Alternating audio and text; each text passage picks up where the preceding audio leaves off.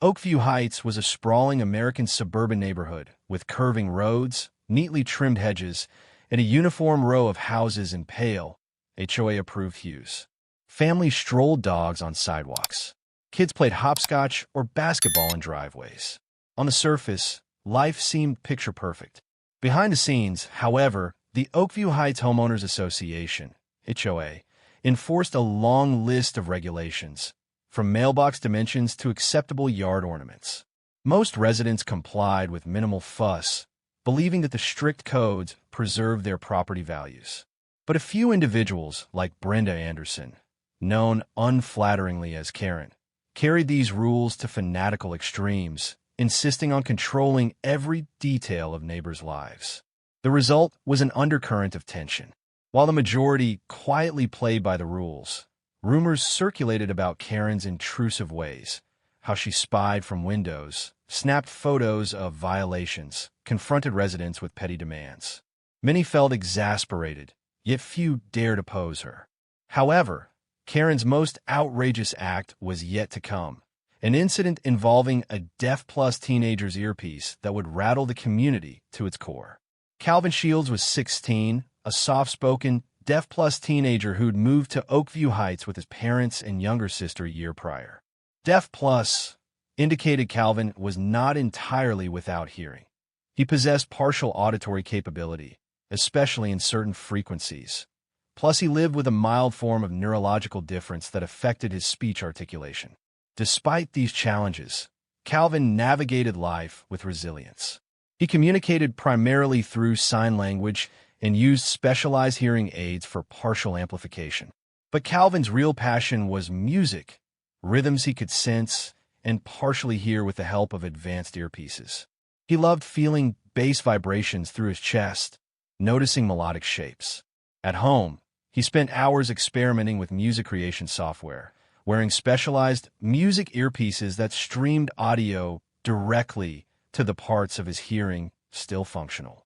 These earpieces were custom-made, resembling small wireless buds or cochlear components. They emitted subtle lights and beeped occasionally to signal battery or pairing mode. Most neighbors barely noticed Calvin's devices. He rarely caused trouble, just a shy teen with a taste for unique gadgetry that allowed him to enjoy the world of sound.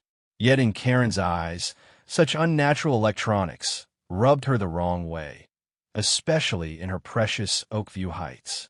Karen was in her late 40s, sporting a meticulously styled bob, always clad in pastel suits or fitted blouses. She walked Oakview sidewalks each day, clipboard in hand, surveying violations. She noted everything from the length of lawn grass to the color of porch lights. As an active HOA committee member, she took it upon herself to interpret rules in the strictest possible sense. She'd observed Calvin from afar, noticed his earpiece's faint glow at night or the slight hum when he listened to music near the cul-de-sac. Initially, Karen dismissed him as just another teen with headphones. But upon learning from a passing conversation that Calvin was deaf-plus and used specialized gear, she grew suspicious. She disliked anything unusual or techie, convinced it disturbed the neighborhood's uniform aesthetic or threatened some undefined social order. She tried searching the HOA handbook for rules about personal electronic devices in shared spaces. Finding none, she resolved to watch Calvin more closely, convinced that unnecessary gadgets tarnished Oakview's atmosphere. In her mind, if the HOA guidelines didn't explicitly forbid it, then it was up to her to find or create a reason to clamp down. For Calvin, each afternoon followed a comforting pattern. After school, he'd come home, snack on fruit, then slip outside to the front yard with his earpieces on, letting them stream a curated playlist of music that combined low-frequency beats, easier for him to detect, with melodic riffs. He'd stand near the house's flower beds, sometimes dancing subtly as he tested new vibes, or texting with deaf friends about tunes they'd discovered. Neighbors passing by would sometimes smile, charmed by the teen's quiet enjoyment. He never blasted loud music. His earpieces channeled sound only to him. A few times, younger kids paused to watch, curious about the lights on his device. Calvin would wave politely, yet Karen found the spectacle unsettling. She strolled by one day, glancing at the faint blinking LED on Calvin's left earpiece. She considered it weird. Why couldn't he just remain inside or use normal hearing aids if he needed them? She disliked technology that, in her view, jarred with Oakview's simplistic environment. She made a mental note to investigate. One afternoon, Karen approached Calvin, arms folded, clipboard at her side. Calvin, noticing her but uncertain of her intent, removed one earpiece to partially read her lips. Karen spoke slowly, enunciating as if to a child. "Are you allowed to wear that device around here? Doesn't it interfere with the quietness of the neighborhood?" Confused, Calvin typed a quick note on his phone, which read, "It's my hearing/music earpiece. Not loud. Just for me." Karen sniffed. "I see. Well, just be mindful. The HOA has rules about noise." Calvin typed, "No noise. Only in my ear. Not broadcast." Karen rolled her eyes. If you say so." With that, she pivoted and left. Calvin, unsettled by her demeanor, slipped his earpiece back in. He felt a twinge of fear. Did she plan to ban his device? Or was she just being nosy? He brushed off the worry, hoping she'd lose interest. Over the next week, Karen observed Calvin more intently. She noticed how the device occasionally emitted a soft beep or flashed a small LED. Hardly disruptive, but to Karen, it signified unwanted technology. She filed a complaint to the HOA about excessive electronic gadgets that disrupt the aesthetic tranquility. The board, having bigger issues, politely dismissed her complaint, pointing out no actual rule forbade personal earpieces. Karen fumed. She believed the board was ignoring her valid concerns. "What if the boy's device malfunctions and blasts noise?" she wrote in an email. "What if the lights disturb neighbors at night?" The board's reply was that no one else had complained, so there was no basis for enforcement. This rejection only fueled Karen's determination. She saw Calvin's earpiece as an eyesore, and she disliked the concept of advanced hearing technology. She began plotting a direct confrontation, convinced the unnatural electronics were harming Oakview's purity. While Karen plotted, Calvin carried on. He endured typical teenage challenges: homework, sibling squabbles, navigating partial hearing at school. The music earpieces were his lifeline, a means to blend into the hearing world's cultural staple, music. He found identity in the deaf community while also cherishing the partial sense of sound the earpieces granted. His parents, Mark and Joan Shields, wholeheartedly supported him. They'd saved for these high-tech devices, ensuring Calvin had every advantage. They recognized he was forging a path between deafness and the hearing world, and music helped him express creativity.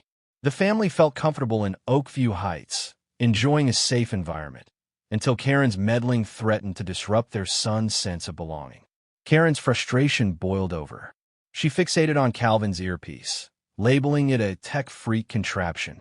She told a few acquaintances that the boy's gadget was disrespectful to the neighborhood's quiet environment. Some neighbors, hearing this, responded with confusion. Calvin's device didn't produce audible noise for others. They saw no issue. However, Karen's intimidation tactics scared a few into murmuring agreement, not wanting to be her next target. Emboldened by any semblance of support, Karen resolved to do something bold to remove what she considered an eyesore.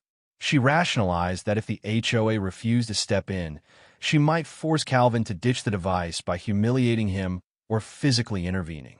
This plan was deeply misguided, ignoring the fact that the earpiece was crucial for Calvin's partial hearing and musical joy. On a clear Sunday morning, Calvin stood near the family's mailbox, waiting for a friend's carpool. He had one earpiece in, streaming a new playlist with gentle pop tunes. He swayed slightly, eyes half closed in concentration. Mark Shields was inside the house, finishing breakfast, unaware of the brewing danger. Karen spotted Calvin from across the street. She decided the time had come to prove her point. She marched over, face set in determination. Calvin, noticing her approach, paused the music to greet her if needed. Before he could type or sign a greeting, Karen reached out, ignoring his personal boundaries. "Take that out," she demanded, voice tense. Calvin shook his head, baffled.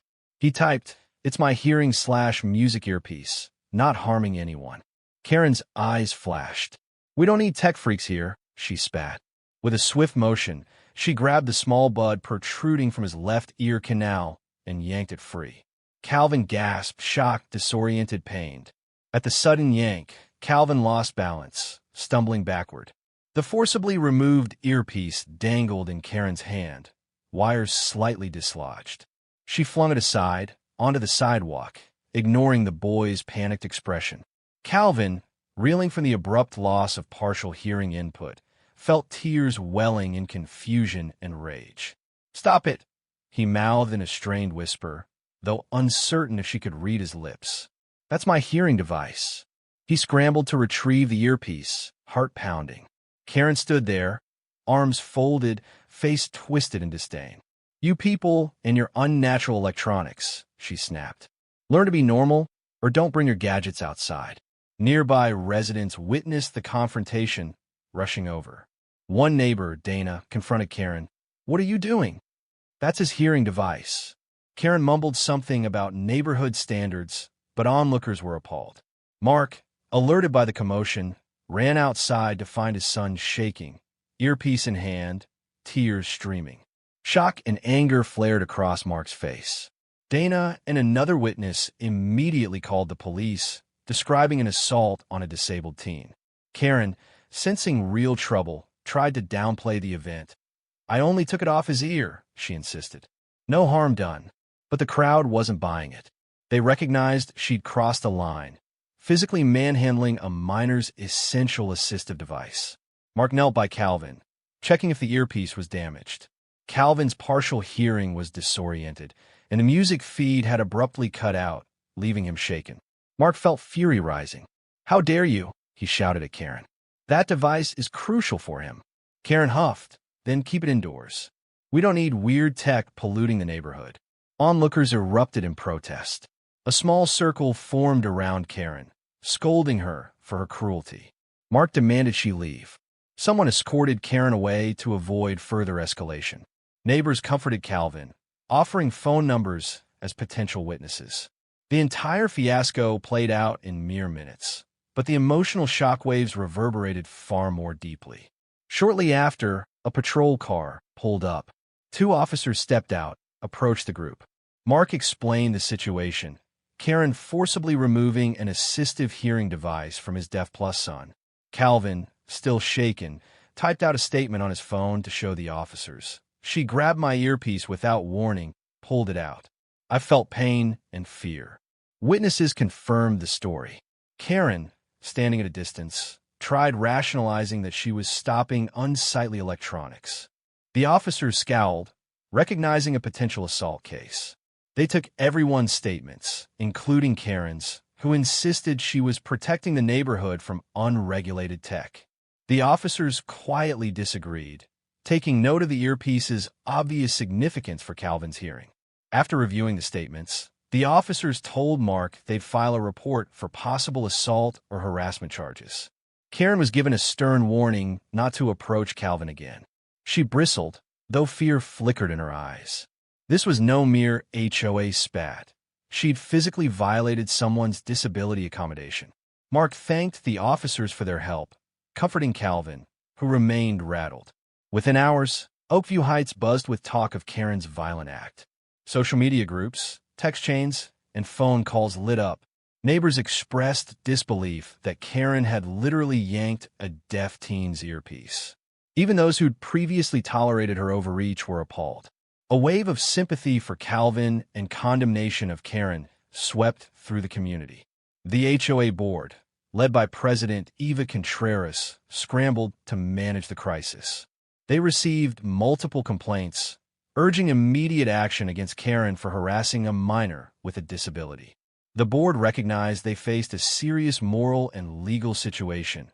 Karen's behavior was no simple property code violation, but a potential assault on a vulnerable resident. Karen attempted to justify herself, emailing the board about unapproved electronics. The board replied swiftly, labeling her action unacceptable and clarifying that personal hearing devices were not under HOA jurisdiction. Meanwhile, Mark consulted a lawyer about pressing charges, though he wasn't certain if that route would help Calvin heal emotionally. That evening, Calvin sat in his bedroom, earpiece carefully reattached. He tested it, discovering some static from the forced removal. Distraught, he typed messages to deaf friends, describing the incident. They responded with shock and support, urging him not to blame himself. Yet Calvin couldn't shake the humiliation. Someone had attacked his personal space, treating his hearing device like an unwanted toy. His parents, Mark and Joanne, tried to console him. They considered lodging a formal complaint with the local Disability Rights Board. Calvin lay awake that night, the memory replaying in his mind. Karen's sneer, her hand ripping the device out. Could he ever feel safe wearing it outdoors again? He worried about encountering Karen alone. He felt anger and sadness swirl within him. The next day, the HOA board held an emergency meeting. Eva Contreras and other members reviewed statements from witnesses, along with angry emails from neighbors. Some demanded Karen's immediate removal from the committee or even from the neighborhood. The board recognized they lacked the power to evict a homeowner, but could impose internal sanctions. They drafted a condemnation letter. The Oakview Heights HOA is outraged by the physical interference with a resident's assistive hearing device. This action violates our community's values of inclusion and respect. We will consider disciplinary steps against the involved committee member pending a thorough review. Residents with disabilities have the right to personal accommodations without harassment. They also invited Mark and Calvin to share their perspective at the next HOA meeting. Meanwhile, they informed Karen she was suspended from official duties until further notice, urging her to refrain from contact with the Shields family. Karen seethed, calling the board spineless and claiming Calvin's device was unnatural. But the board wouldn't budge. Her outburst had gone too far. Outraged residents left messages of support at the Shields' doorstep. Flowers, small gifts, thinking of you cards. Some offered to help pay for repairs if Calvin's earpiece was damaged. A few deaf community members from the broader area reached out, standing in solidarity. This wave of empathy overshadowed Karen's petty rationale about unnatural electronics. In group chats, neighbors questioned if Karen would face criminal charges. They recalled lesser episodes. Karen chastising a woman for wearing too flashy hearing aids or scolding a family for their child's wheelchair ramp. The pattern of ableist prejudice was evident.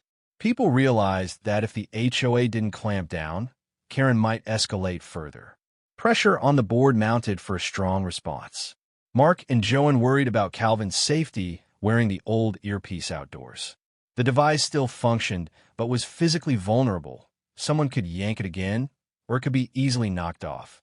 Research led them to cutting-edge bone conduction headphones designed specifically for deaf or hard-of-hearing users.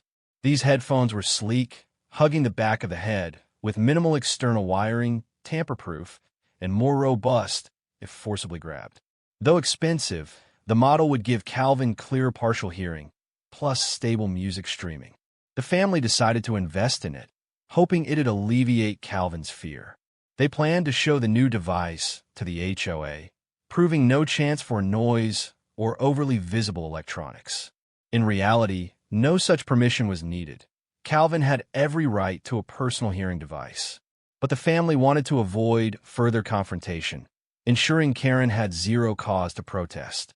Buying the new bone conduction headphones wasn't trivial. The specialized brand was pricey, shipping from a leading deaf tech manufacturer overseas. Insurance might not cover it fully, especially if it was considered personal preference rather than a standard hearing aid. Mark and Joanne dipped into savings. They reasoned that Calvin's mental well-being was worth the cost. When Calvin learned of the plan, he felt a mix of gratitude and guilt. He didn't want his parents to overspend, but the thought of wearing a more secure, tamper-proof device soothed his anxiety. He dreaded running into Karen again, though. He wondered, would this new tech spark an even bigger meltdown from her? Or could it serve as the final nail in her bullying approach? Word of Karen's suspension from the HOA committee spread. Friends she once bossed around distanced themselves, fearing association with her extremist actions. She found herself ignored at social gatherings. Some neighbors scolded her to her face. Karen's indignation grew, yet she refused to apologize. She posted defensive rants on the community forum, claiming the boys' futuristic contraption disturbed the environment. Moderators quickly removed her posts for hateful content. Even the local trash collectors, once neutral, gave her side glances. She'd garner a reputation for cruelty toward a disabled teen. Karen felt cornered, but her pride wouldn't let her back down. She considered leaving Oakview, but realized her mortgage and finances wouldn't allow an easy move. She felt caged by her own hatred. Mark and Joan debated pressing charges. The local police had recorded a potential assault. The DA might consider it, but the family was uncertain if a drawn-out legal battle was best for Calvin's emotional health. Calvin's mental state wavered. He wanted to see Karen punished, but feared the stress of a trial. After much discussion, they settled on allowing the DA to decide whether to proceed while focusing on Calvin's well-being. Meanwhile, they did file a formal complaint with the local disability rights advocacy group. That group contacted the HOA, urging them to ensure Calvin's accommodations were protected. The board responded positively, reaffirming that residents with hearing or mobility devices had full rights in Oakview, free from harassment. Karen was increasingly viewed as an outlier, a lone voice of bigotry. 2 weeks later, the new bone conduction headphones arrived. Calvin opened the package with trembling excitement, adjusting the sleek band around the back of his head. The pads rested near his cheekbones, transmitting vibrations directly to his inner ear bones. When he activated the music feed, his face lit up. The clarity was better, and the device felt stable, hard to yank off without removing the entire band. He tested it with sign language from his mom. "It's amazing," Mark observed, beaming. They performed an array of checks: sound levels, battery life, comfort. Calvin realized it wasn't only about safety from Karen, it was a genuine upgrade, a silver lining from a painful ordeal. The next day, Calvin decided to wear the new headphones outside for a short walk. He felt anxious, but determined not to let fear rule him. The design was subtle, less flashy than the old earpiece's blinking lights, hugging his head with minimal external wires. Neighbors who spotted him praised the cool new device. "That's awesome, Calvin," said a teenage acquaintance. "Looks high-tech, but discreet." "Go you." Calvin grinned shyly. The weight of Karen's assault lingered, but each supportive comment chipped away at his anxiety. He strolled past Karen's house, heart pounding. Curtains were drawn, no sign of her. Relief washed over him. For once, he felt secure, like no one could forcibly remove the device without a real fight. The exchange of fear for empowerment buoyed him, though the memory of the earlier assault still stung. Later that afternoon, Calvin hopped onto a local bus with a friend, heading to a community center hosting a deaf youth event. He wore the new headphones, listening to his carefully curated playlist. The bus ride felt different now. He could hear more details: the hum of the engine, the muffled chatter. Though partial, it was an improvement. He realized how transformative technology could be, giving him a deeper connection to the hearing world's ambient sounds. His friend, also deaf, marveled at the device's sleek design. Calvin explained the fiasco that prompted the upgrade. The friend shook their head in disbelief. "That's messed up," they signed. "But at least you got something better now." Calvin nodded, though a pang of sadness remained at the cause. Meanwhile, Oakview Heights residents, outraged by Karen's actions, rallied around a new spirit of inclusivity. The HOA board started drafting guidelines ensuring the neighborhood was friendlier to assistive technologies, hearing devices, mobility aids, or visual signals. They wanted to prevent any future harassment. A local hardware store donated a safety box for storing small electronics or charging devices in public areas. Simple gestures, but meaningful in showing solidarity. Neighbors also planned an accessibility day, inviting specialists to speak on deaf culture and assistive tech. The Shields family appreciated the groundswell of support. They never asked for attention, but seeing Oakview evolve for the better softened the blow of Karen's cruelty. Karen seethed, forced to watch the community celebrate technology she deemed unnecessary. She believed Oakview's old-fashioned charm was eroding. She wrote furious letters to the board about tech infiltration, complaining that bone conduction headphones might disturb the peace. No one took these rants seriously. Her mail went mostly unanswered, except for a polite reminder that personal hearing devices were absolutely allowed. She felt a rising sense of isolation, overshadowed by the knowledge that her neighbors despised her actions. She found no solace among her old circle of acquaintances who had distanced themselves. In her twisted mind, she saw herself as the victim, ostracized for defending the purity of Oakview. But the rest of the neighborhood recognized her as an intolerant bully. At a community barbecue organized by the HOA, Calvin attended with his new headphones. People greeted him warmly, praising his resilience. He felt a bit shy, signing greetings or typing messages on his phone to communicate with those who didn't know sign language. The atmosphere was welcoming. No mention of the assault, just genuine acceptance. Karen lurked in the background, arms folded, scowling at the upbeat chatter. She was no longer a committee VIP, just a resident quietly invited to attend if she wished. She watched Calvin laughing with some teen peers, noticing how his new device was almost invisible, just a discreet band behind his head. A wave of powerless rage welled up. Her attempt to rid Oakview of weird tech had backfired, making him more accepted than ever. Mark received a phone call from the local prosecutor's office, stating they were considering pressing charges for misdemeanor battery, given the clear evidence and multiple witnesses. They asked if the family wanted to proceed. Mark conferred with Calvin. The teen felt conflicted. He yearned for closure and accountability, but dreaded a drawn-out court process. Ultimately, they decided to let the prosecutor proceed. Karen's ignorance caused real harm, Mark reasoned. She should face consequences. Calvin agreed, hoping the threat of legal repercussions would deter Karen from harming anyone else. The prosecutor indicated they'd move forward, scheduling a preliminary hearing in the coming weeks. Word spread fast. Karen, upon hearing, raged about ridiculous charges. She threatened countersuits for defamation. But her position was weak. Witnesses had seen her forcibly remove a vital hearing device. The rumor of a looming trial overshadowed her bravado. Despite the upcoming legal matter, life in Oakview progressed. Children returned to school after the holiday break. The local pool reopened for the summer. Calvin found solace in daily routines, wearing his new device confidently in public. He no longer cowered, though a twinge of anxiety remained about encountering Karen alone.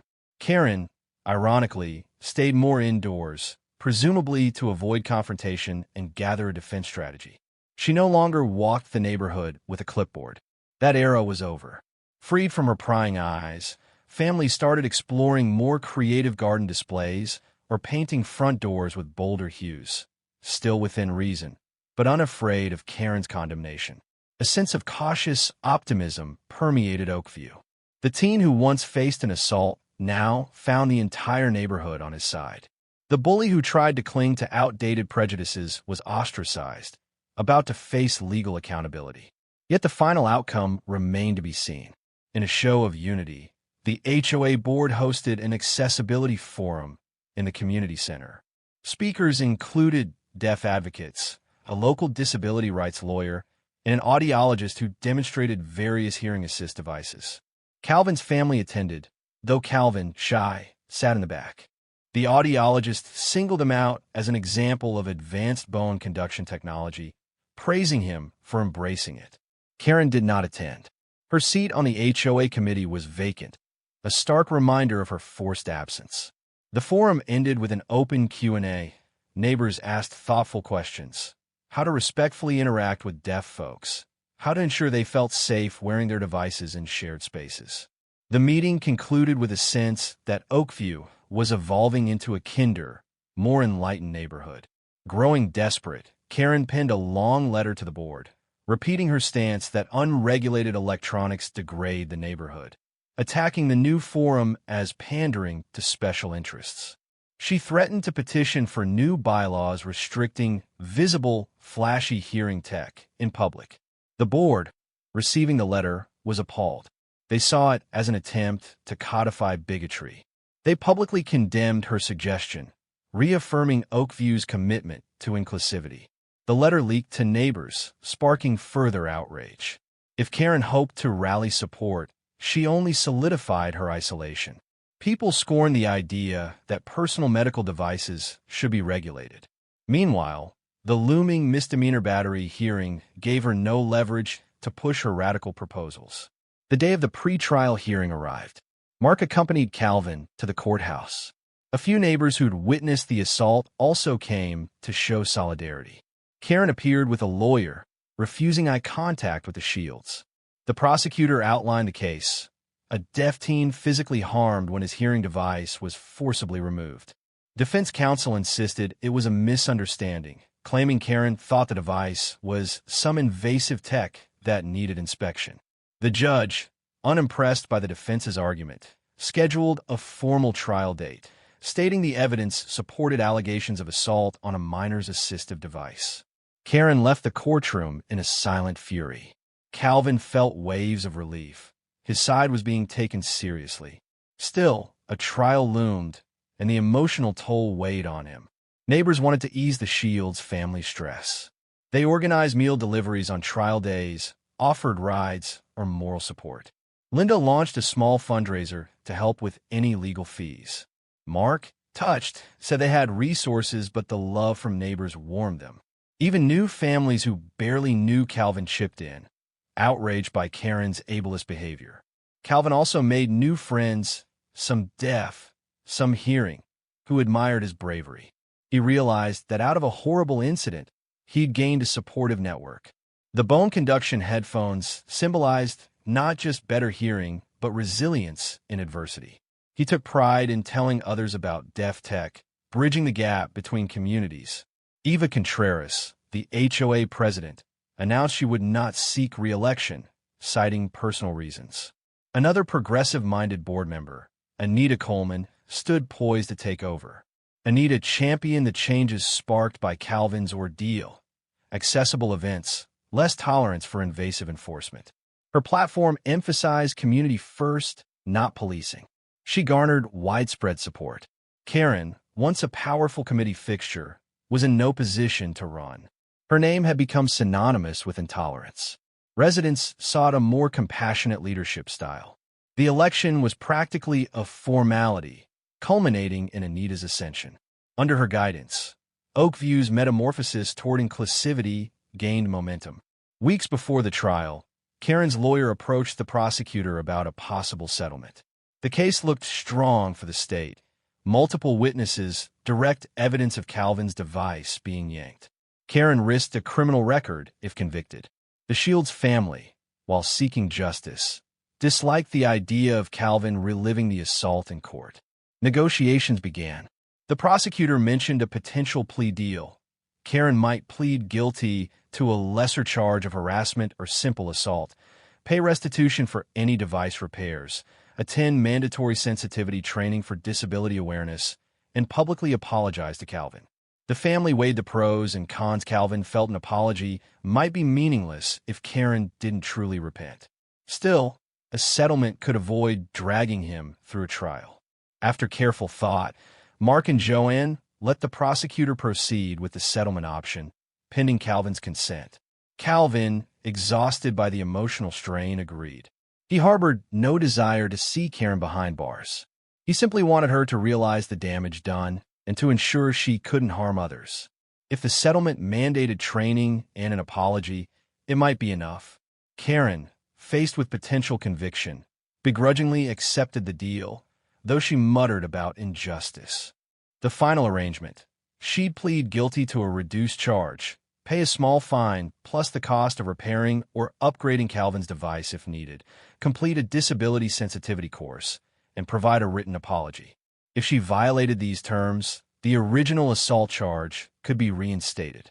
In a subdued HOA meeting, Karen stood before a microphone, reading a prepared statement. Her voice lacked sincerity, but she recited the required words. I, Brenda Anderson, acknowledge my wrongful act in forcibly removing Calvin Shields' hearing device. I caused him distress and pain.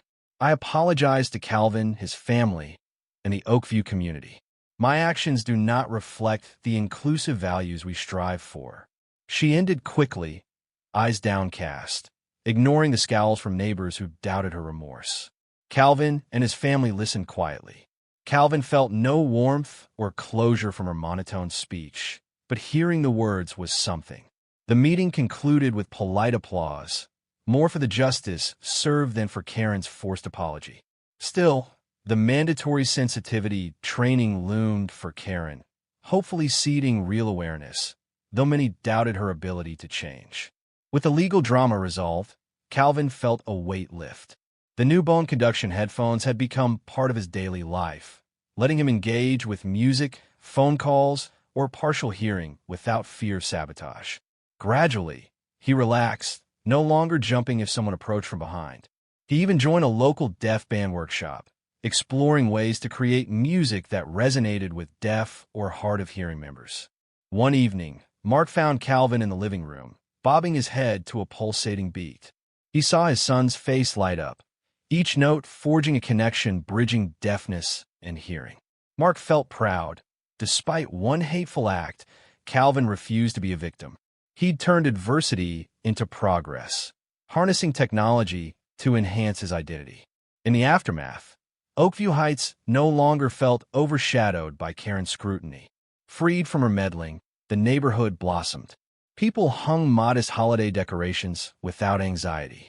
Kids played outside with new gadgets, drones, remote cars, unworried about Karen's condemnation.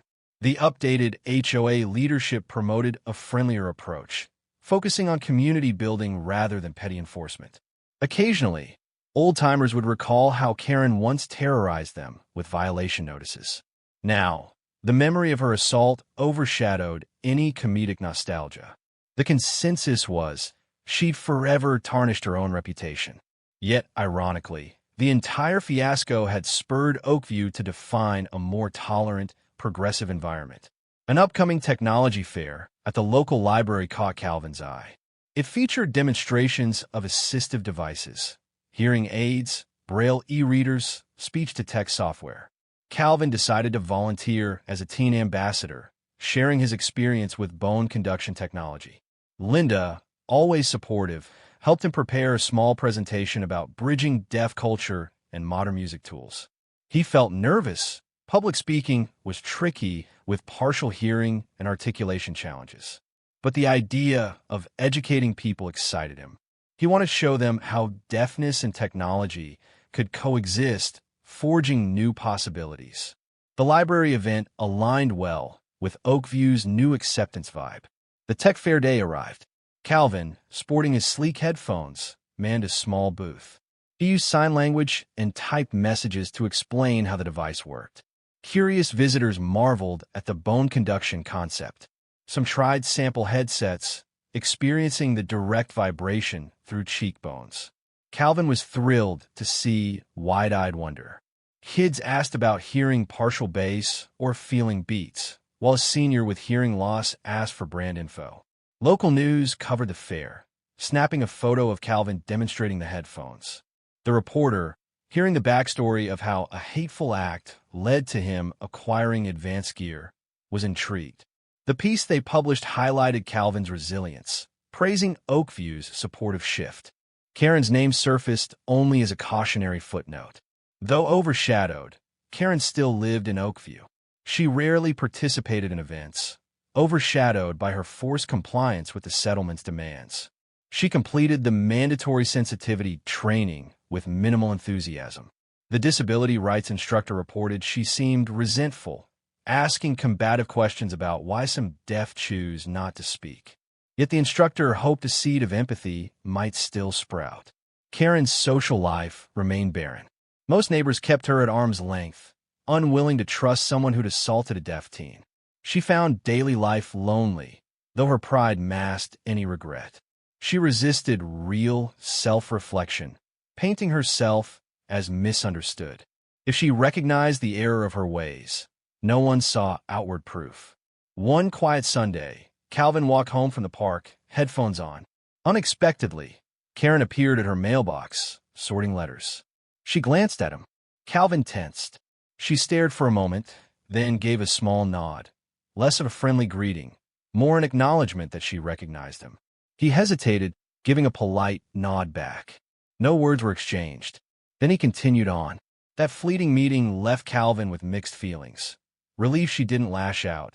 Sadness that even now, she offered no sincere apology or kindness. But perhaps that minimal nod was the best she could muster. He told himself it didn't matter. He had moved on, thriving in ways she couldn't stifle. Months later, Oakview Heights had all but moved past Karen's fiasco. The board introduced final guidelines championing the rights of deaf or disabled residents to use any personal device without interference. The law recognized that forcibly removing an assistive device was a prosecutable offense, and Karen's outburst served as a cautionary tale. Calvin, more confident than ever, balanced school, music experiments, and small gigs with the Deaf Band Workshop. He even started performing at local events, playing digital drums set to frequencies he could sense well. His parents watched with pride, recalling how a single hateful act inadvertently led him to a better device and a deeper sense of purpose. Karen remained in Oakview, a ghost of her former self, stripped of committee power. Her neighbors seldom engaged her. She lived quietly, overshadowed by the memory of an assault that revealed her intolerance. Meanwhile, the teen she tried to humble soared in self-discovery, forging a bright future thanks to supportive neighbors, a stronger family bond, and new technology. One afternoon, Mark found Calvin in the living room, eyes closed, softly humming along to a track streaming through his headphones. The pitch was shaky, but the intent was earnest. Mark realized how far his son had come. "You sound great," he whispered, tears in his eyes. Calvin opened his, removing the headphones slightly. "Thanks, Dad," he typed with a grin. "I feel good." It struck Mark how close they'd been to losing that sense of safety, had the community not rallied behind them. The assault could have triggered fear or isolation in Calvin. Instead, a wave of empathy gave him new confidence. The bone conduction headphones symbolized an unstoppable journey, uniting deafness and hearing, bridging music across partial senses. Mark stood in awe, grateful for Oakview's redemption story. In the end, the fiasco of Karen unplugging Calvin's music earpiece became part of Oakview lore, a cautionary tale of bigotry clashing with a deaf teen's rightful place. Residents repeated the story to newcomers, how a misguided woman forcibly removed a child's assistive device, only to galvanize the neighborhood's compassion, culminating in a better solution for the boy, new policies, and unwavering acceptance of personal gadgets. Calvin continued exploring music, forging an identity that was proudly deaf, with partial hearing enhanced by advanced technology. He walked freely, unafraid that someone might yank away his link to melody. The community, shaped by his resilience, embraced a more open-minded approach. And Karen, the agent of cruelty, ironically ensured that Oakview Heights would forever protect deaf plus teens and their unnatural electronics, fostering a lasting respect for the varied ways people connect to the world.